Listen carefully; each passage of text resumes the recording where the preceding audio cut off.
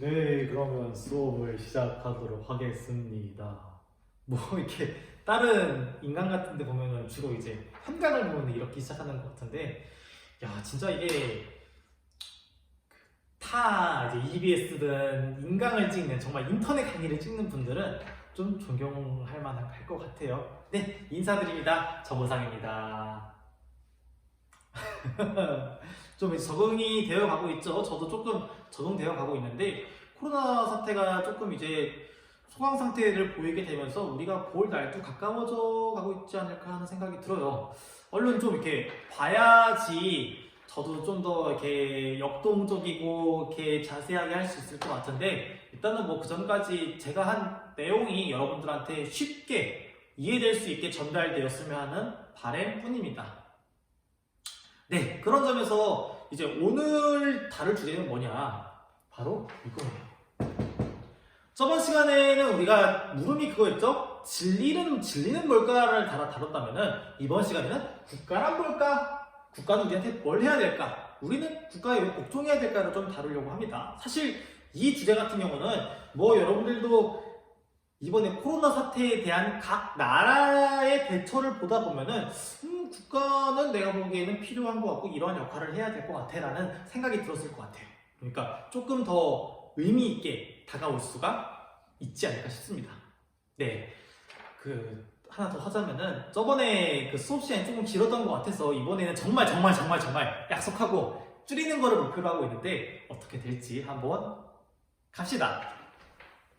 그래서 교과서가 아니라 학습지를 보시면요, 크게 두 가지를 다루려고 해요. 일단 첫 번째로 자연발생론을 다룰 거고요, 두 번째는 본격적으로 사회계약론을 설명하기 전에 마키아벨리는 한 번쯤 설명해 주고 싶어가지고 마키아벨리를 다루려고 합니다. 자, 먼저 보자. 첫 번째, 자연발생론 부터 좀 보도록 하겠습니다. 뭐 우리가 사실 아리스토텔레스랑 플라톤을 하면서 제가 사실 조금 이야기를 했기는 해요. 그렇기 때문에 이 부분은 빨리 내려갈 수 있을 것 같습니다. 자, 대표적인 사람은요, 플라톤과 이제 아리스토텔레스가 있습니다. 생각해 봐야죠. 왜 국가는 왜 생겨났느냐에 대한 이 사람들의 질문은 우리 고소영과 윤리 때 배웠었죠? 국가가 발생하는 이유는 자족하지 못하기, 개인 혼자서 먹고 살지 못하기 때문이다. 아리스토텔레스, 인간은 정치적인 동물이기 때문이다 라고 이제 이야기를 하면서, 이 플라톤과 아리스토텔레스 모두 국가가 자연적으로 발생한다라고 이제 이야기를 합니다.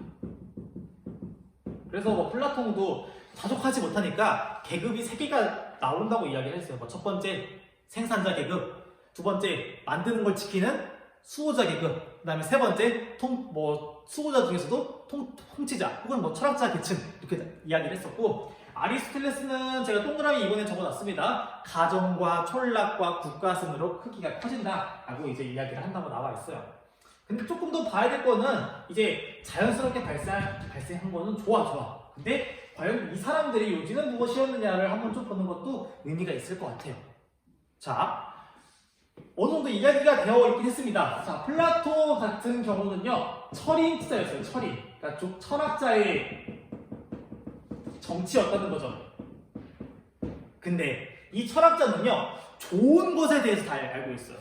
어떻게 통치해야 되는지 알고 있어요. 그렇게 따라서 답정너야. 오직 철학자의 뜻에 따라서만 운영을 해야 하기 때문에, 그래서 이 사람은요, 굉장히 통제를 많이 했습니다. 일종의, 그러니까 이런 거죠. 교육과정 같은 것도 1학년 때는 이거 가르치고, 2학년 때는 저거 가르치고, 3학년 때는 이런 거 가르쳐라고 정말 체계화되어 있었고, 혹은 이제 뭐 예술 같은 것도 이거는 좀 사람의 본성에, 사람의 가지고 있는 기능을 발휘하는 해칠 것 같아. 너 그거 안 돼. 해서 검열 같은 것도 주장을 하기도 합니다. 뭐 이 철학자의 정치다 보니까 아래에 있는 군인과 생산자 계층은 아무래도 통치자가 원하는 대로 움직여야 하니까 교육에서도 이제 이런 게 드러나게 되는 거죠. 자, 다음으로 아리스토텔레스는요, 우리가 사실 정치학 내용이긴 한데 뭐 니코마코스 윤리학에서 배운 거랑 관련이 있었습니다. 자, 삶의 목적은요 행복이라고 이야기를 했죠. 근데 이 아리스토텔레스의 요지는 뭐냐? 이 행복은 어디에서 실현된다? 바로 국가에서만 실현된다. 그래서 국가가 없으면은 개인도 없기 때문에 극단적으로 봤을 때는 국가가 행복을 실현하기 위해서 너는 가야 돼, 죽어야 한다라고 한다면은 그거에 대해서 정당화를 할 수 있는 근거가 있다는 겁니다. 물론 아리스토텔레스가 명시적으로 그런 이야기를 하진 않았지만은 이 전체주의적 사상, 특히나 계층을 전제해서 현명한 사람이 다스려야 한다는 것을 이야기하는 사상은 아무래도 그렇지 못한 사람들을 자기 마음대로 쓸 수 있다는 것이 다 깔려져 있잖아요. 네. 그래서 이제 스스로 정리해 봅시다 위에 보면은 이러한 입장의 가장 큰 문제점은 전체의 조업을 위해서 통치자가 명령하는 바를 하위 계층이 수행해야 하는 위험성을 내포하고요. 그런 점에서 전체의 이익 혹은 선을 위한 소수의 이익을 정당화할 수 있다는 겁니다. 일종의 다 정리해보면 이런 거예요. 플라톤이든 아리스토텔레스든 특징이 뭐냐면은 인간을 구분한다는 거지. 지혜를 가진 자와 그렇지 못한 자를 구분을 해가지고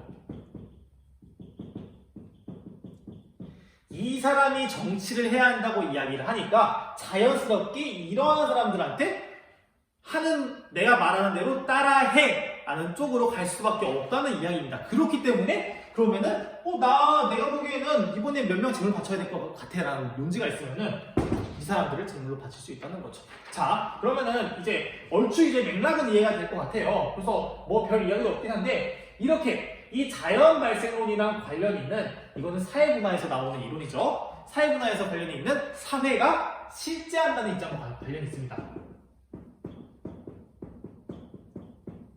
여기서 말하는 실제한다는 거는 이제 이즈라는 거죠.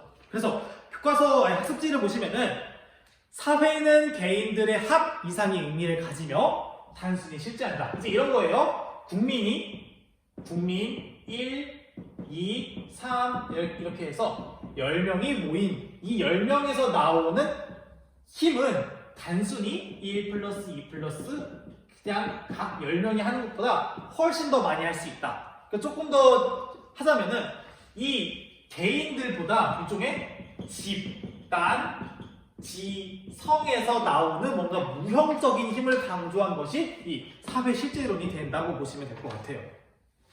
그래서 이제 아리스토텔레스의 이제 이런 입장, 사회가 실전에서 집단이성을 발생한다라는 이제 입장은요, 나중에 이제 독일에 있는 헤겔로까지 이어지면서 사회 실제론의 큰 틀을 구성하게 됩니다. 다시 이거 헤겔만 좀 그냥 간략하게 언급하고 마칠게요. 헤겔 같은 경우는요, 이제 어떤 이야기를 하냐면은 비슷하거든요. 첫 번째 국가가 나오기 전에 먼저 시민 사회가 있고요. 그 다음에 이제 가족이 있다라고 이제 이야기를 하는데 헤겔의 요지는 이거예요. 오직 국가에서만 개인은 정말 자신이 가지고 있는 모든 능력치를 다 발휘하게 된다라고 이제 이야기를 하거든요. 오직 국가에서만. 시민들이 모여있는 사회도 적어도 문제가 있어. 왜냐? 헤겔 나중에 좀 엄밀하게 구분하는데 시민사회는 공동체에 대한 마음이 없어. 자신의 이익만 추구한단 말이야. 근데 이러한 사람들이 공동체에 신경 쓰는 마음을 가지게 된다면 그것이 곧 국가가 되는 거고, 오직 국가에서만 개인은 자신이 가지고 있는 영향력을 다 발휘할 수 있어. 여기서 말하는 공동체에 대한 마음이 이제 이런 집단지성에서 비롯되는 마음을 의미하는 거죠. 그리고 아까 시민사회 1, 2, 3, 4, 5, 6, 7, 8, 9, 10 사람은 많은데 이 사람들이 정말 단순히 개인의 이익만 추구한다면 그거는 진짜 아무것도 그냥 개인 그 이상 아무것도 아니라는 거예요. 그래서 이 자연 발생론 설명 혹시 어려운 거 있나요?